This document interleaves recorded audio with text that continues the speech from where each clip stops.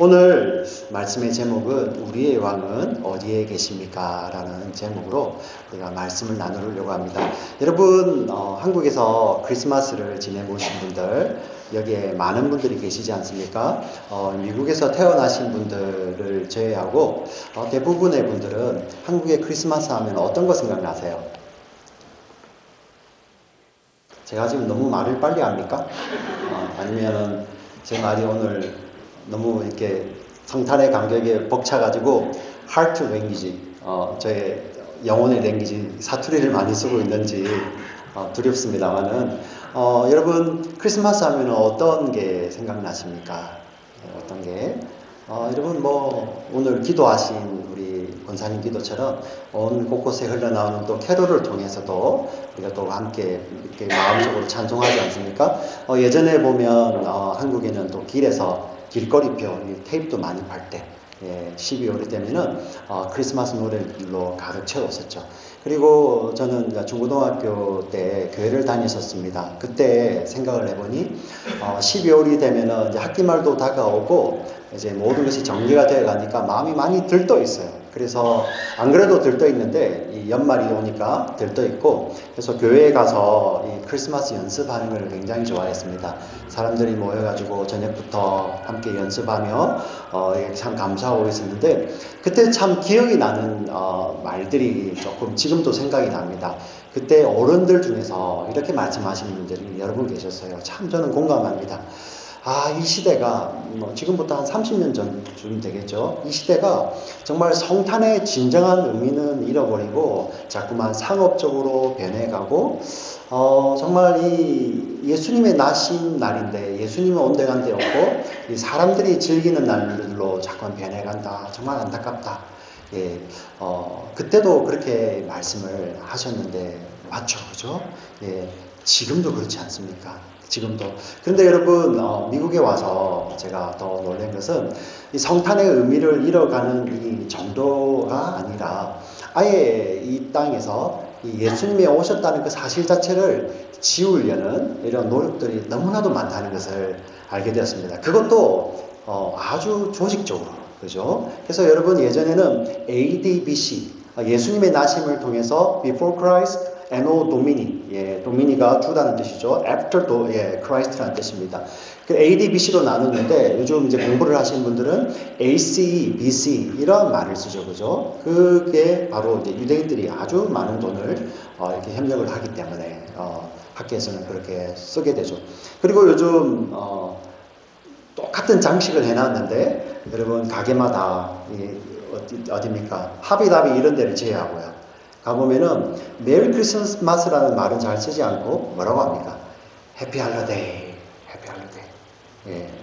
우리 크리스천들은 우리 메리 크리스마스 말이 굉장히 아주 익숙한데 요즘은 가는 곳마다 그런 말을 쓰지 않냐고 그냥 할러데이, 그죠? 할러데이 시즌이고 할러데이를 즐겨라. 참 이게 저는 그냥 자연스러운 현상인 것도 같지만은 또 이면에 보니까 굉장히 조직적으로 이것을 또 이렇게 하는 것을 보게 되었습니다. 우리가 잘 아는 우리 주변에 커피숍 있지 않습니까? 미국에서 제일 큰 커피숍, 한국적 표현으로 다방이라고 하죠. 미국의 그 별다방, 그죠? 별다방.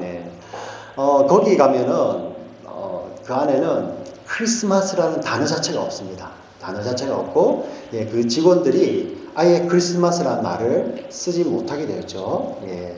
그래서 여러분 기억나실 것입니다. 어느 순간부터 크리스마스라는 말을 거기서 아예 안 씁니다. 그래서 예전에 한 몇 년 전인가요? 얼마 전에 한 크리스찬이 지혜를 내가지고 여러분 커피 시키면은 꼭 이름을 물어보잖아요. 그 커피가 누구 거다라는 것을 알기 위해서 누구누구 우리 김철환 집사님이 시키면은 찰리 맞습니까? 영어 이름? 찰리 킴 이러면은 이렇게 크게 부르면은 자기 커피 나온 줄 알고 가서 먹잖아요, 그죠? 우리 어른들 시키시면은 누구 이름 부르면은 가서 먹어요. 그런데 어떤 크리스찬이 이제 거기 다방에서 자기 이름을 What's your name? 이랬을 때 I'm Merry Christmas. 그러니 그 사람이 직원이 Merry Christmas 이렇게 커피 받아가라고 이렇게 했었죠. 자 그러자 어느 순간부터는 아예 이 연말이 와서 크리스마스 시즌이 되면은 사람 이름을 물어보지 않습니다. 여러분 그 다방에 가셔서 요즘 커피 시키시면은 사람 이름 안 물어보고 어떻게 하죠? 예, 아메리카노 또 여러 가지 종류가 제가 커피 다양한 종류가 있지만 잘 기억이 안 나서 자 그러고 그냥 받아가라고 합니다. 네, 바로 이제 그러한 것들이죠. 우리가 이렇게 미국에서는 이 크리스마스 마저도 지으려고 하는데 우리 크리스찬으로서 거기에서 우리는 어떤 것을 생각해야 됩니까? 진정한 크리스마스의 의미에 대해서는 우리가 이 12월 말이라도 우리 좀 곱씹어 봐야 되지 않겠습니까? 여러분 12월 25일이 예수님이 탄생하셨다 그 말이 아닙니다. 예, 우리는 그날을 정확하게 알지는 못하지만 예수님께서 이 땅에 역사를 가르면서 구약과 신약을 가르시면서 탄생하신 것은 사실이죠. 예. 오늘 우리가 그것을 좀 보기를 원합니다. 오늘 우리 본문에 보니 여러분 정말 잘 아시는 내용이죠. 동방의 박사들이 별을 보고 찾아왔습니다. 여러분 동방 박사에 대해서 이야기를 해도 여러분들하고 몇 시간 동안 이야기해도 끝이 나지 않을 거예요. 그리고 그 별이 어떤 별인지에 대해서 이야기를 해도 끝이 나지 않을 것입니다. 그런데 유일하게 오늘 신약 성경에서 이 동방 박사들에 대해서 나오고 별이 나오는데 오늘 여러분 읽어보셨지만은 이 마태복음 본문의 관심은 그들이 누구인가에 관심이 없어요. 예. 그 별이 어떤 별인지 사실 관심은 없습니다. 여러분 구약 성경에는 이 별에 대해서 사실 예언된 게 딱 한 구절이 있어요. 우리 민수기 24장 17절에 보면 이렇게 나와 있습니다. 여기에 야곱의 한 별이 야곱에게서 나오며 한 규가 이스라엘에게서 일어나 별이 나오고 야곱과 이스라엘은 같은 민족, 같은 하나님의 백성을 말합니다. 하나님의 백성 가운데서 별이 나오는데 그 규라는 것은 왕이에요. 왕의 다스림을 이야기하는 거죠. 그래서 별을 보고 왕이 어디 있느냐 찾아오는 건데요. 이 동방의 박사들이 이 말씀을 가지고 그들이 별을 기다렸는지 사실 저는 잘 모르겠습니다. 성경이 말을 하지 않기 때문에. 근데 그게 중요한 것이 아니라 마태복음에서 이것이 등장하는 것이 여러분 마태복음은 우리가 이제 설교 마지막에 정리하겠지만은 처음에는 유대인 독자들을 향해서 주어진 거예요. 유대인 독자들이 읽어가면서 그래서 유대인들이 알아듣기 좋은 단어들을 마태가 의도적으로 많이 쓰고 있죠. 예, 그래서 하나님 나라라는 대신에 천국, 왜? 유대인들은 하나님의 이름을 부르지 않았거든요. 그래서 마태복음에는 하나님 나라라는 말 대신에 천국, 하늘나라. 예, 결국 하나님 나라임에도 불구하고 그 유대인들을 고려해서 쓴 것이죠. 그런데 여기 보시면은 계시의 빛이 나타났는데 그 계시의 빛은 무엇을? 구약에 있는 모든 계시의 빛은 예수 그리스도를 향합니다. 모든 계시는 손가락이 돼서 이렇게 가르치는데 그 손가락 끝은 다 예수 그리스도죠. 예. 예수 그리스도를 가르치는 그 계시의 빛으로 말미암아 그 계시의 인도하심으로 말미암아 이방인들조차도 온 세계 가운데서 나와서 그 계시의 빛이 비친 이방인들이 왕께 나와서 경배하는 모습이죠. 지금 그것을 그리고 있는 것입니다. 박사들이 누구냐 이러는 것이 아니고요. 예. 이 계시의 빛이 비쳐서 그 계시가 가르치시는 예수 그리스도께 비쳤을 때 그 계시의 빛을 입은 자들이 이제는 나와서 진정한 왕을 알아보고 그 왕께 경배하는 거죠. 오늘 본문은 왕이 누구이신지 그리고 그 왕을 만났을 때 사람들은 어떻게 하는지 오늘 마태복음 다시 2장 2절로 가보면은 이렇게 되어 있죠. 이런 한 중요한 질문이 등장을 합니다. 유대인의 왕으로 나신 이가 어디 계시냐? 질문이죠. 예, 유대인의 왕, where is he who has been born king of the Jews? 제가 한국 사람인 게 정말 다행이죠. 예. 유대인의 왕으로 나신 이가 어디 계시냐? 이런 중요한 질문을 던지고요. 우리가 동방에서 그의 별을 보고 그에게 경배하러 왔노라. 진정한 왕이 이 땅에 오셨기 때문에 경배하는 것이 마땅한 것이죠. 예. 경배하는 것에 대해서 지금 이야기를 하는데 오늘 그 자리에 그 왕궁에 지금 있던 자들이 어떻게 경배하는지 저와 여러분은 오늘 이 본문을 통해서 살펴보실 것입니다. 그러면서 진정한 크리스마스의 의미가 무엇인지를 이 본문을 통해서 우리가 깨닫게 되는 것이죠. 여러분, 이 당시 우리 3절 한번 비춰주시겠습니까? 헤롯 왕과 온 예루살렘이 듣고 소동한지라. 아마 많은 무리가 왔던 것 같아요. 예. 그러니 이제 예루살렘 성을, 사실 예루살렘은 어마어마하게 붐비는 곳입니다. 예. 우리가 생각하는 이런 조그마한 성이 아니에요. 예루살렘 당시만 해도 헤롯이 이미 헤롯 성전을 지금 10수년째 짓고 있는 때입니다. 아주 붐비는 곳이죠. 예. 거기에 그런데 이 무리들이 왔다 해가지고 온 성이 소동할 정도입니다. 사실 많은 무리가 왔겠죠. 그리고 또 한 가지 배경이 있습니다. 이 당시 이 예루살렘을 다스리던, 온 유다 땅을 다스리던 헤롯 대왕, 예수님이 태어날 당시에 있던 그 헤롯이죠. 그 헤롯 대왕이 어떤 사람이었냐면은 정말 자기가 왕 되는 것, 자기의 왕권을 지키기 위해서 이 사람은 사실 무엇이든 하는 그런 사람이었습니다. 이 사람은 결혼을 최소 9번 이상 했습니다. 정략 결혼을 했겠죠. 그죠? 그 왕권을 공고히 하기 위해서 결혼도 했고요. 그리고 자기의 또 개인적인 욕망을 위해서도 결혼을 했습니다. 그래서 무려 9번 이상 결혼을 해서 많은 처와 많은 자식들이 있은 사람이죠.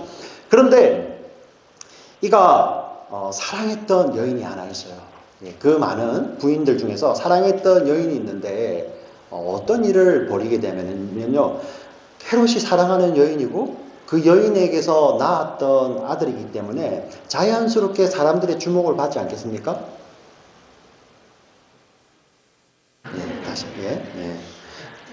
많은 부인이 있었지만 그 중에 가장 사랑하는 부인이고요, 그 부인이 낳은 아들이에요. 왕의 아들들이죠. 자연스럽게 주목이 되겠죠. 근데 그것을 용납을 안 합니다. 그래서 그 사랑하는 부인도 죽이고요, 오빠들도 죽이고 아들들도 죽여버립니다.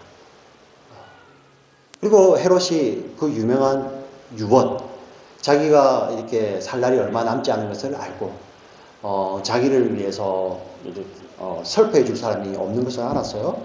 이 유대 땅에서는 사실 이 장례가 발생했을 때 이렇게 울어주는 사람, 그 수가 많은 것도 아주 중요한 겁니다. 그래서 이러한 유언을 남깁니다.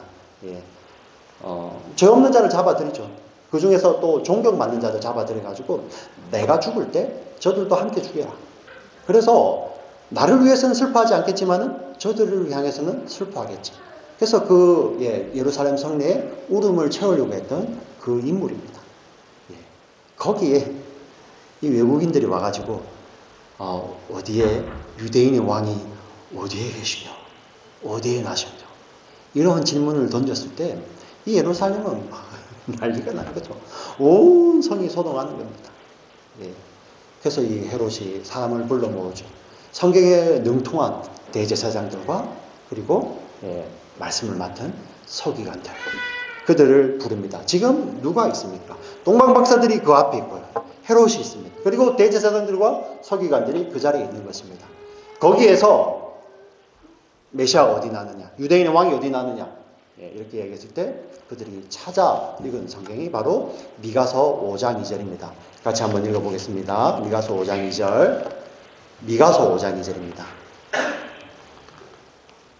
예, 같이 읽겠습니다. 시작.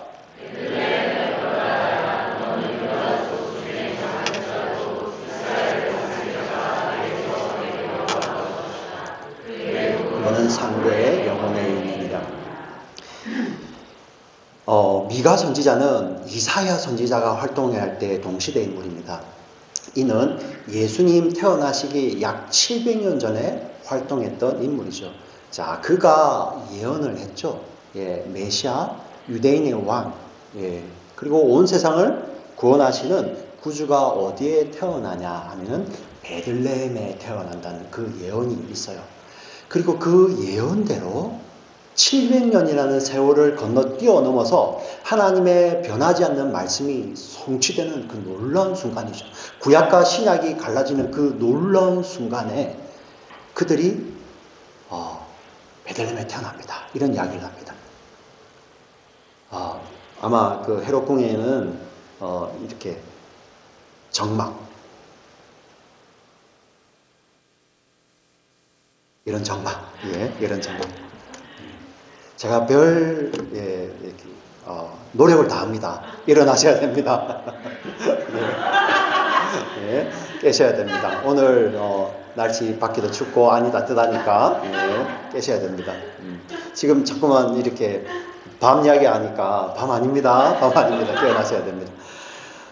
이런 정막 가운데서 헤롯이 그 정막을 깨뜨리고 구약의 그 700년 전에 있었던 베들레헴 에브라다야 너는 유다 족속 중에 작을지라도 이스라엘을 다스릴 자가 내게로 나올 것이라. 그의 근본은 상고의 영원에 있느니라. 하나님을 말하는 거죠. 그죠? 이런 놀라운 예언을 선포하고 그것이 성취되는데 헤롯은 어떻게 합니까?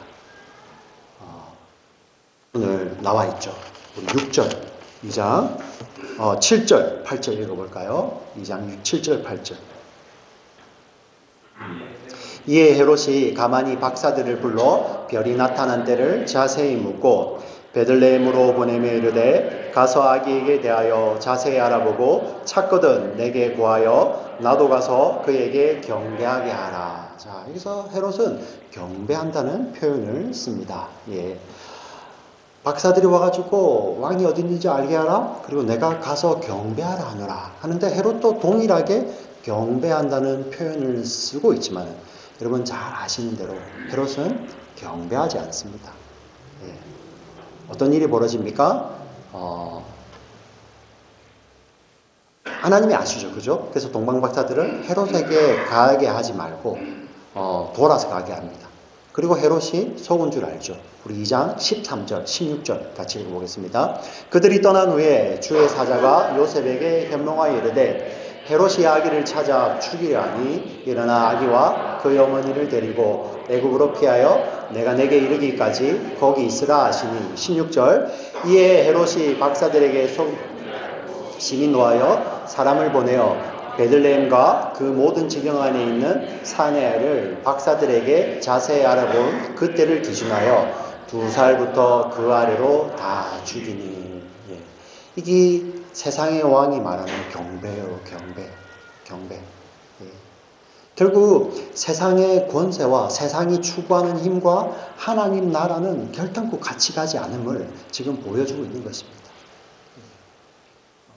여러분 구약의 역사를 보면은 이 하나님의 이 약속, 이 언약을 무력화시키기 위해서 사람들이 수많은 노력을 합니다. 수많은 노력을. 여인의 후손으로 오는 그 후손들을 끊어버리기 위해서 다윗 왕가를 멸하려고 하기도 하고요. 유대인을 다 죽이려고 하기도 하고요. 그러한 것들이 있죠. 지금 현재 사실 제가 소조에 말씀드린 대로 이 시대가 지금도 이 땅에 오신 역사 가운데 오셨던 예수님을 지우려고 하는 노력하고 사실 뭐가 다릅니까? 우리가 이 구별 없이 세상의 힘을 추구하면 그 힘은 근본 이 하늘의 이 다스림과는 같이 갈 수 없는 거예요. 바로 헤롯이 이루고 있습니다. 자, 그런데 이 예언이 이렇게 선포됐을 때 또 한 무리가 있었죠. 거기에 누가 있었습니까? 대제사장들과 말씀을 맡은 서기관들이 있었죠. 저 같은 사람 같아요. 그래서 참 두렵습니다, 여러분. 그들은 이 하나님에 대해서 너무나도 잘 알고 있었고 태어날 왕에 대해서도 너무나도 잘 알고 있었습니다. 그래서 외국인이 와서 물었을 때 이게 이 이야기구나 하는 것을 알아볼 정도예요. 그런데 그들은 가지 않습니다. 여러분 예루살렘에서 우리 베들레헴까지 공식적으로 거리가 5마일입니다. 5마일. 근데 그 5마일이라는 것은 성 내에서 성 내 가운데까지 거리예요. 결국 붙어 있다는 말이죠. 인접해 있는 것입니다. 얼마든지 그 밤에 가볼 수 있는 거예요. 근데 그들은 하나님의 말씀을 맡았고 하나님의 말씀을 가지고 가르쳤던 자였음에도 불구하고 그들이 가르치는 그 말씀을 따라 진짜 왕이 이 땅에 오셨는데 그들은 가지 않습니다. 경배하러 가지 않습니다. 왜 그랬습니까? 그들이 입으로는 가르쳤고 그들이 그것 때문에 종교 지도자가 되었잖아요. 물론 헤롯을 두려워했을 수도 있죠. 그럼 몰래라도 갈 수 있잖아요. 그 다음 날이라도. 가지 않습니다. 헤롯이 두려워서 안 간 것도 있겠지만은 그들 가운데는, 왜냐하면 그들 마음 가운데, 그들이 겉으로는 하나님 이름을 부르고 겉으로는 말씀을 맡아서 가르쳤지만은 그들 마음 가운데는 하나님이 안 계셨어요. 예. 그들 마음 가운데는 그들이 가르쳤던 예언 속에 있는 왕이 안 계셨어요. 예. 그래서 왕이 오셨음에도 불구하고 그들은 마음이 내키지 않는 거예요. 왜? 그들은 이미 종교인이 되어서 그 종교로 많은 기득권을 누리는 자였거든요. 그게 사라질 수도 있거든요. 여러분, 이게 정말 우리에게 중요한 메시지지 않습니까? 오늘 우리 이렇게 예배 드리러 오고 찬송도 하고 기도도 하고 말씀도 듣는데, 저 같은 경우는 말씀도 가르치잖아요. 근데 이 말씀 앞에 비춰봐야죠. 내 마음에 제가 가르치는, 제가 선포하는 주님이 안 계시면 어떡해요? 저는 아기 예수의 나심에 대해서 이야기하는데 그분이 안 계시면 어떡해요? 여러분 앞에, 여러분들도 이 질문 앞에 진지하게 고민해 봐야 됩니다. 그래서 성경이요, 그 겉으로 드러나는 행위보다도 너희 마음 가운데 예수를 믿는 믿음으로 말미암아 맺어지는 열매들을 내어놓으라고 성경이 그렇게 강조하는 것입니다. 예. 이 말씀은 누구 다른 사람 들으라는 말이 아니라 여러분에게 늘 비춰봐야 되는 말입니다. 특별히 저 같은 사람이죠. 여러분도 마찬가지입니다. 내가 이렇게 이 추운 날 아침에 여러분 얼어있는 차를 타고 왔지 않습니까? 근데 그 속에 진짜 왕이 안 계시면 어떡해요? 여러분 이 말씀 앞에 늘 비춰보셔야 됩니다. 마지막 한 부류가 있죠. 바로 동방에서 온 외국인들입니다. 그들이 어떻게 했습니까? 우리 마태복음 다시 2장 9절부터 11절까지 같이 읽어보겠습니다. 시작. 박수.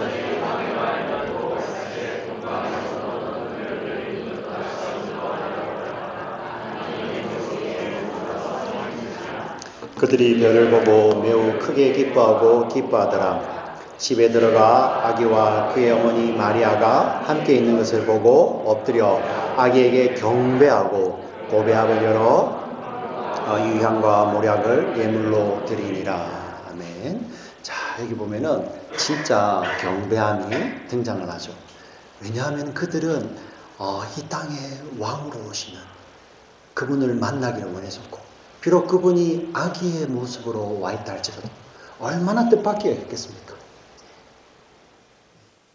근데 진짜 그분을 만났기 때문에 그들이 가장 기뻐하고요, 그들이 경배하고 그들이 보배합을 열어 황금과 유향과 모략을 예물로 드리니라. 물론 이거는 왕에게 드리는 그러한 선물을 이야기하는 것인데요, 이런 값진 것을 드렸다, 거기에 여러분들 포커스를 맞추시면 안 됩니다. 예, 물론 드릴 때 드려야 되죠. 그런데 정말 중요한 건 뭐냐면은 진짜 왕이 오셨음에도 불구하고 이 땅에서 기득권을 지키는 자들은 절대, 그걸 놓지 못하는 자들은 절대 진정한 왕을 알아보지 못했죠. 예. 그러나 진정한 왕을 만난 자들은 그 보배합을 열듯이 그들의 가치관이 완전히 변하지 않습니까? 예. 어떻게 이 귀한 것을, 황금, 유향, 모략이 어떤 것인데 이것을 그냥 아기에게 드려요. 그들이 보배합을 열었다는 표현을 여기에 지금 쓰고 있지 않습니까? 그들이 귀하게 여겼던, 세상에서 귀하게 여겼던 가치관이 완전히 변했다는 말이죠. 여러분 이 말씀을 들으면서 무엇이 적용이 됩니까? 제가 이 말씀을 준비하면서 제가 여러분들에게 너무나도 죄송했습니다. 제가 이렇게 키가 좀 더 컸으면 좋았을 뻔했죠. 여러분들에게 좀 외모적으로 좀 더 푸근한 인상이었으면, 기왕이면 다음 주말하고, 여러분 그런 것이 제가 죄송한 게 아니었어요. 왜냐하면은 이 진짜 복음을 만나게 되면은 그가 변하거든요. 여러분 여기 보시면은 죽는 거 다 두려워하잖아요. 여기 많이 배우신 분들 죽는 거 안 두려우세요? 연세 드신 분들 죽는 거 안 두려우세요? 예, 젊으신 분들 죽는 거 안 두려우세요? 예, 돈 많으신 분들 죽는 거 안 두려우세요? 가난하신 분들 죽는 거 안 두려우세요? 예, 직위가 높으신 분들 죽는 거 안 두려우세요? 이제 학생으로 공부하시는 이 학생 여러분, 유학생들 죽는 거 안 두려우세요? 다 두렵죠. 근데 진짜 의미를 발견하면은 우리가 그분을 위해서 죽기도 하잖아요. 진짜를 발견하면요. 그는 남녀노소, 부자든 가난한 자든, 많이 배우든 덜 배우든, 직위가 높든 낮든 그런 거 전혀 상관없이 동양인이든 서양인이든 한국인이든 코리안이든 아메리칸이든 백인이든 흑인이든 황인이든 어디에 살든 상관없이 진짜를 만나면은 그 인생이 변하잖아요. 그리고 그를 위해서 죽는 거 두렵지 않잖아요. 지금 진짜 자기를 위해서 나신 왕을 만났을 때 그 인생의 가치관이 변하는 것이 지금 여기에 경배하더라. 보배압을 열고 경배하더라로 나타나고 있는 것입니다. 그래서 제가 이게 제일 죄송한 거예요. 이 귀한 이 복음, 진짜를 제가 잘 설명하지 못해가지고 여러분들이 이것을 제대로 받아들이지 못할 때 그때 제일 죄송한 거죠. 다른 게 뭐가 죄송하겠습니까?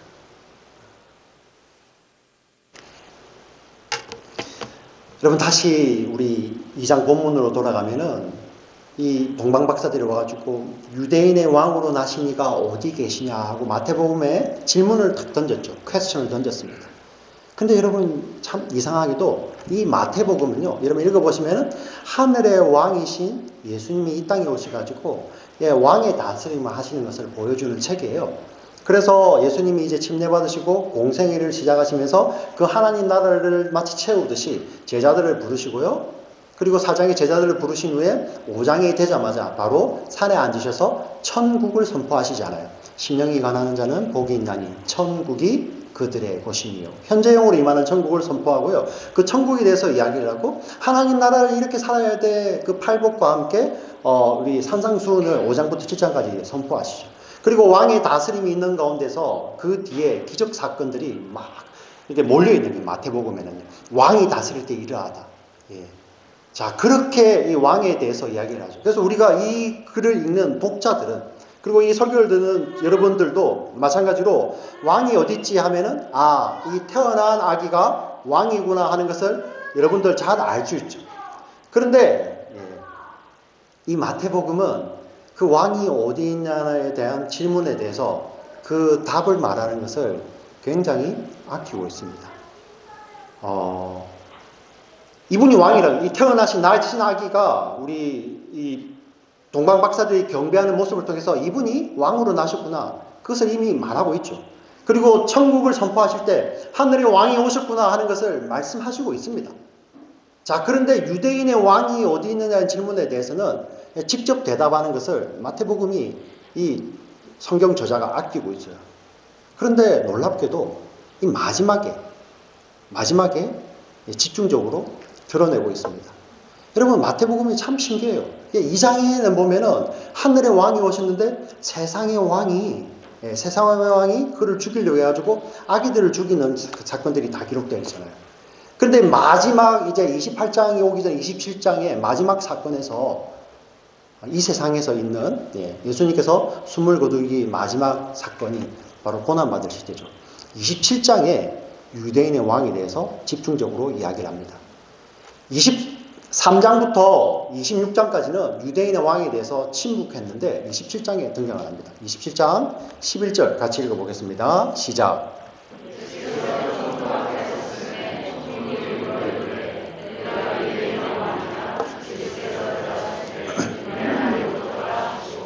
유대인의 왕이 어디 있느냐 했는데 마태복음의 대답은 총독 앞에서 신문받는 유대인의 왕을 드러내고 있죠. 자, 27장 우리 29절인가요? 27절인가요? 29절 같이 읽습니다. 시작.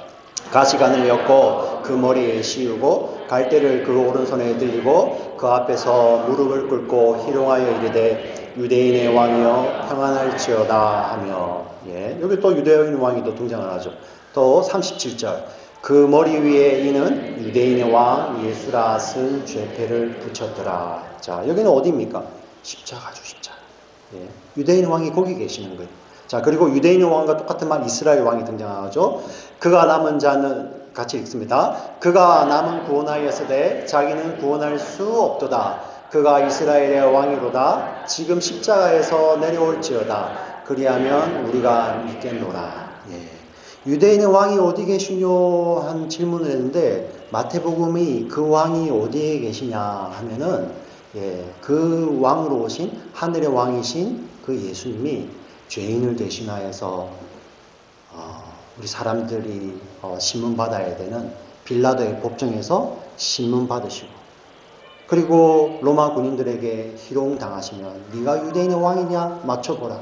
여러분 다른 우리 복음서에 보면은 때리고 침뱉고 눈을 가려놓고 때리면서 누가 때렸나 맞춰보라 이렇게 희롱하는 것에 거기에 유대인 왕이 계시는 거예요. 그리고 십자가에는 꼼짝도 못하게 두 손과 두 발에 못을 박아두고, 그리고 창으로 찌르고 못으로 찔리고 고난당하시고 상하시는 그 모습 가운데 유대인의 왕이 계십니다. 그리고 그 백성들마저도 네가 진정한 유대인의 왕이면은 스스로 구원해보라 이렇게 모욕하는 그 자리에 유대인의 왕이 서 계시는 것이죠. 여러분 그 유대인의 왕 정체는 무엇입니까? 바로 세상이 이러한 것이다. 세상이 너희들이 추구하는 세상의 힘이 얼마나 부질없고 악한 것인지를 보여주시면서 그 세상의 힘을 추구하는 자들이 결국 하늘에서 내려온 하나님의 아들을 매달아 버리잖아요. 그 힘의 실체를 보여줍니다. 너희들이 추구했던 그 유대의 그 헤롯과 같은 그 힘, 로마와 같은 그 힘이 결국은 하나님의 아들을 매달아 버리죠. 그 세상의 힘으로부터 구원하시기 위해서 하늘에 하나님의 아들이 내려오셔서 그분이 십자가에 매달려 계시고 대신 모진 고난을 당하시고요, 희롱을 당하시고 모욕을 당하시고 계시죠. 거기에 진정한 유대인의 왕이 계신 것입니다. 결국은 바로 이 말씀은 마태복음이 의도하는 바는 무엇입니까?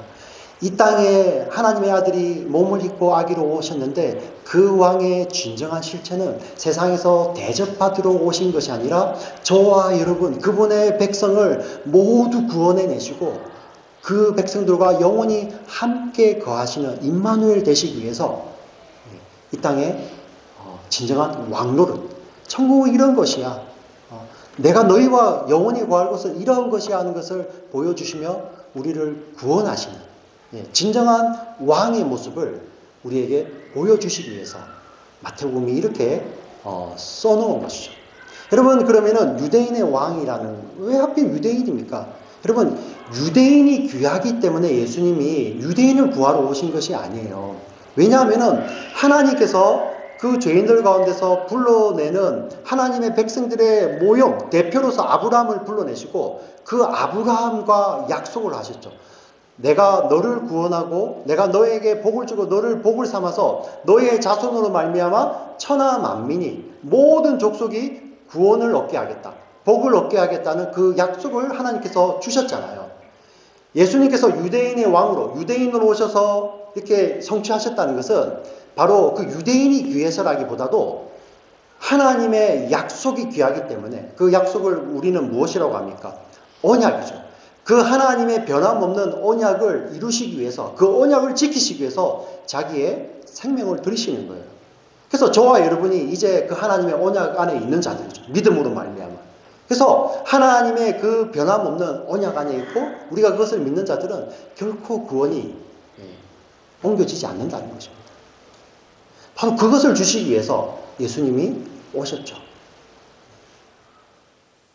그리고 예수님이 이제 마태복음 28장에 정말 제가 말씀드렸던 내 자손으로 말미암아 천하 만민이 복을 받을 것이다 라는 그 아브라함에게 주셨던 약속, 그 성취가 어떻게 되는지 마태복음 28장이 이렇게 끝나지 않습니까? 28장 19절부터 20절까지 제가 읽어드릴게요. 그러므로 너희는 가서 모든 민족을 제자로 삼아. 모든 민족을. 여러분 마가복음 16장에 보면은 너희는 온 천하에 다니며 만민에게 복음을 전파하라. 하나님의 복이, 만민에게 약속된 하나님의 복이 바로 이 복음으로 말미암아 제자 삼음으로 말미암아 이루어짐을 보여주고 있죠. 너희는 가서 모든 민족을 제자로 삼아 아버지와 아들과 성령의 이름으로 침례를 베풀고 내가 너희에게 분부한 모든 것을 가르쳐 지키게 하라. 볼지어다 내가 세상 끝날까지 너희와 항상 함께 있으리라 하시니라. 여러분, 유대인 왕이 어디 계시뇨 했는데 그 왕은 십자가에 달려 계셨죠. 이제 그 왕은 어디에 계십니까? 예. 그분은 우리를 위해서 죽으시고, 그 죽으셨을 뿐만 아니라 죽음의 권세를 깨뜨리시고 부활하셨죠. 이제는 그 유대인의 왕이 우리와 함께 계시는 거예요. 하늘 보좌에 계시면서 그분이 보내신 그분의 영이 우리 속에 들어와 있는 거죠. 이겁니다. 결국은 예수님의 그 탄생 기사에는 예수님이 오셔서 우리를 그분의 백성 삼으셔서 영원히 우리와 함께할 임마누엘까지도 같이 있는 것이죠.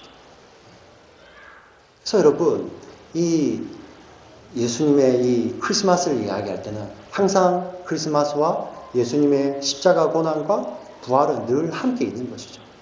결국 이제 예수님은 그 임마누엘 하나님이 오시는 것이 우리 크리스마스인데, 이제 예수님은 그 임마누엘 하나님이 우리와 항상 함께 계시겠다고 하죠. 결국 믿는 우리들에게 매일매일이 크리스마스입니다.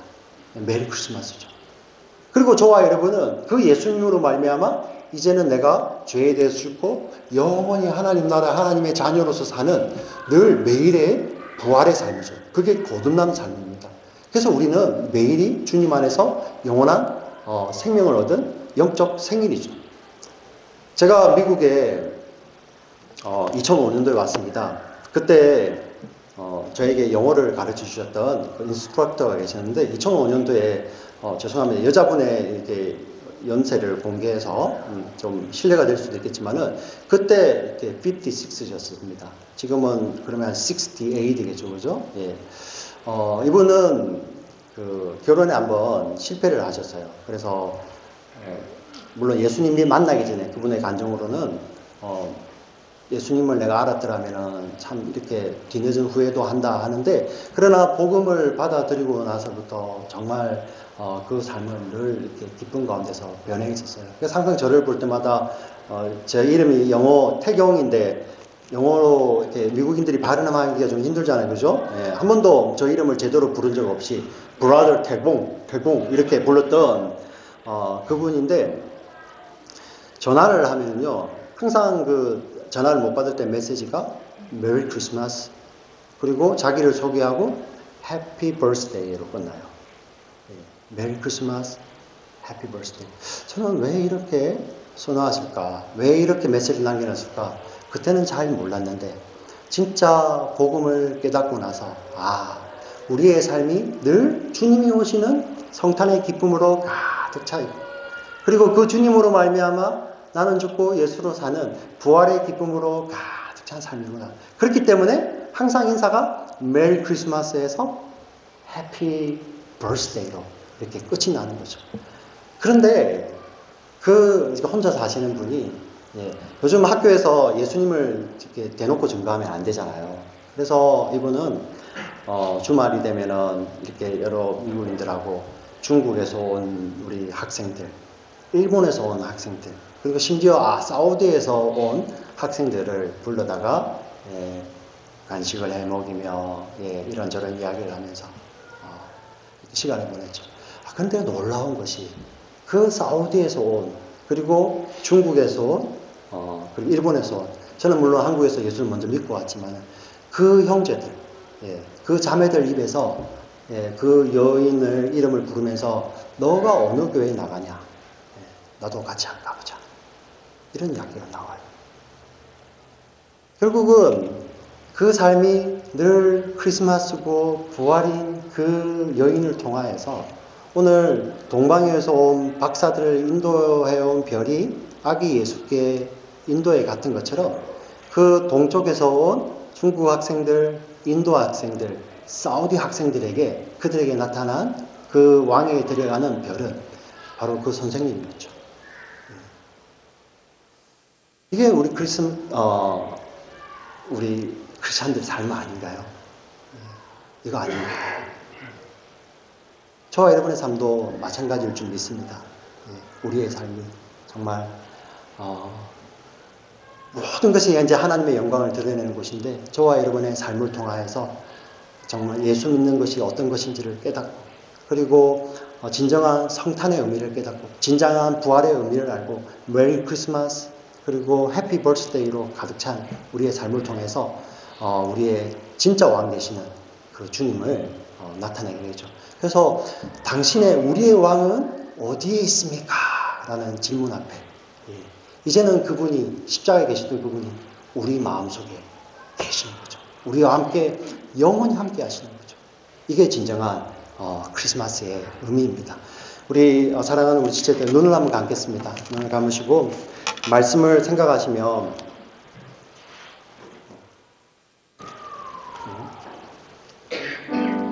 조금 기도하시겠습니다. 말씀을 생각하시고 기도하시겠습니다.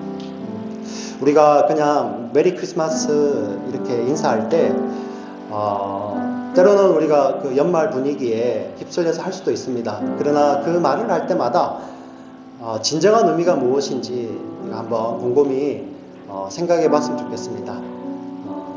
그 오신 왕은 그냥 왕궁에 태어나셔서 대우받고 또 이렇게 대접받기 위해서 오신 것이 아니라 모든 백성, 자기 백성들을 죄에서 구원하시기 위해서 자기의 생명을 대속물로 주시기 위해서 오셨지 않습니까? 결국 그분의 나심은 그분의 죽음과 그분의 부활하심이 그 속에 다 들어있는 것입니다. 사랑하는 지체 여러분, 우리의 삶도 마찬가지입니다. 우리의 삶이, 성도의 삶은 매일의 삶이 이 성탄의 기쁨으로 가득 찬 메리 크리스마스입니다. 그리고 매일의 삶이 이제 그 십자가에서 우리를 위해서 자기의 생명을 내놓으시는 예수로 말미암아 늘 거듭난 기쁨, 해피 버스데이가 되는 것이죠.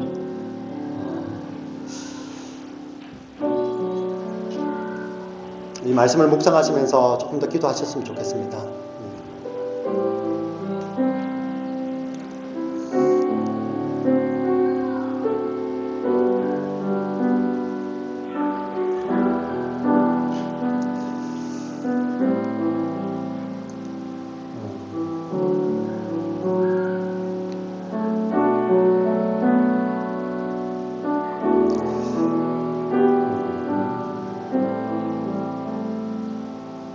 하나님 아버지,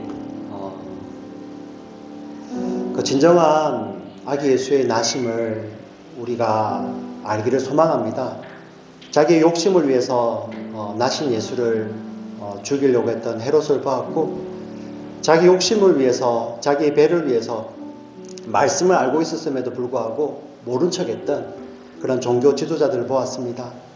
하나님 혹시 우리의 삶 속에 내가 부리는 욕심 때문에 하나님 내 삶 가운데서도 이러한 모습들이 있지는 않는지 저희들 돌아보게 됩니다. 하나님 정말 이 천지를 가르고 우리에게 임하시는 이런 감격의 소식, 예수 나셨다는 이 소식이 하나님 정말 나의 삶을 예수님 전과 예수님 후로 나누는 복음의 소식 되게 하여 주시고, 이제는 이 예수님 때문에 십자가에 계신 이 우리의 왕 때문에 우리의 삶이 변하고 하나님 나라의 자녀들로서 백성으로서 당당하게 살아가며 내 주위에 있는 자들에게 이제 하나님의 살아계심과 아기 예수의 오심과 죽으심고 부활하심을 그들에게 비출 수 있는 빛된 삶이 될 수 있도록 주의 은혜를 다하여 주시옵소서. 주님 정말 감사합니다. 예수님 이름으로 기도합니다. 아멘.